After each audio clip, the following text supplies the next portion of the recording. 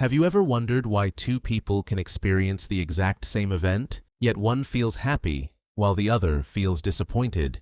Imagine two friends walking home after school. Both have just received the exact same exam score. One smiles with pride because they improved from last time. The other feels disappointed because someone else scored even higher. The situation is exactly the same, but their happiness is completely different. Why? Because happiness isn't created by what happens to us. It's shaped by how our brain interprets what happens. Many people believe happiness comes from getting more money, buying a new phone, becoming famous, or finally achieving their biggest goal. We often tell ourselves, "I'll be happy when I get the job. I'll be happy when I buy that car.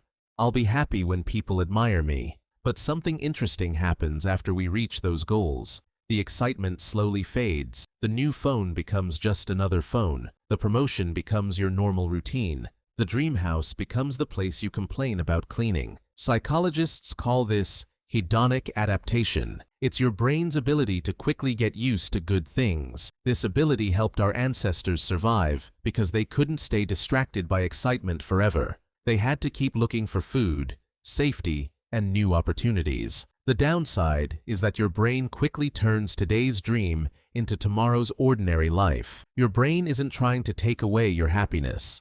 It's simply adjusting to your new normal. Think back to something you desperately wanted a few years ago. Maybe it was a bicycle, a gaming console, your first smartphone, or passing an important exam. Remember how exciting it felt when you finally got it. Now ask yourself, how often do you think about it today? Probably not very often. This doesn't mean those achievements were meaningless. It simply shows that happiness doesn't stay forever just because something good happened. Your brain is constantly adjusting its expectations. The more you have, the more normal it becomes. That's why chasing happiness through possessions alone often feels like running on a treadmill.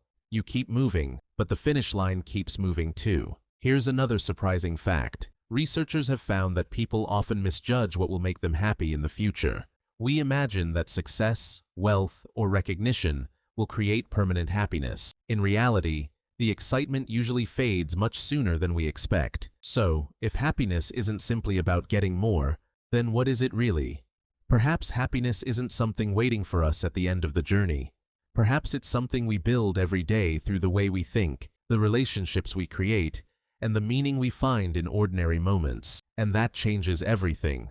Because if happiness is a skill instead of a destination, it means anyone can learn it. If happiness is something we can build, then why does it sometimes feel so difficult to hold on to? The answer begins with the way your brain was designed. Your brain has one primary job, and surprisingly, that job isn't to make you happy. Its first responsibility is to keep you alive. For thousands of years, our ancestors lived in a dangerous world. Every day brought new threats: wild animals, harsh weather, hunger, and uncertainty. The people who paid attention to danger were more likely to survive. Over thousands of years, our brains became incredibly good at spotting problems. Even today, that same ancient survival system is still working inside you, even though the world has changed. Imagine you're having one of the best days of your life. 10 people compliment you, but one person criticizes you.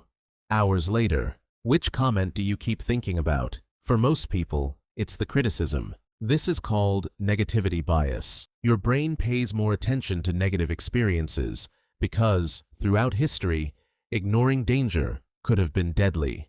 A compliment feels nice, but a threat feels urgent. But there's another habit that quietly steals happiness: comparison. Imagine two people receive the exact same salary. One feels grateful because they earn more than last year. The other feels disappointed because someone else earns even more. Nothing changed except the comparison. Social media has made this even more powerful. Every day we see vacations, expensive cars, perfect relationships, and exciting achievements. But what we rarely see are the difficult days, the failures, the doubts, and the struggles behind those moments. We're often comparing our real lives to someone else's highlight reel.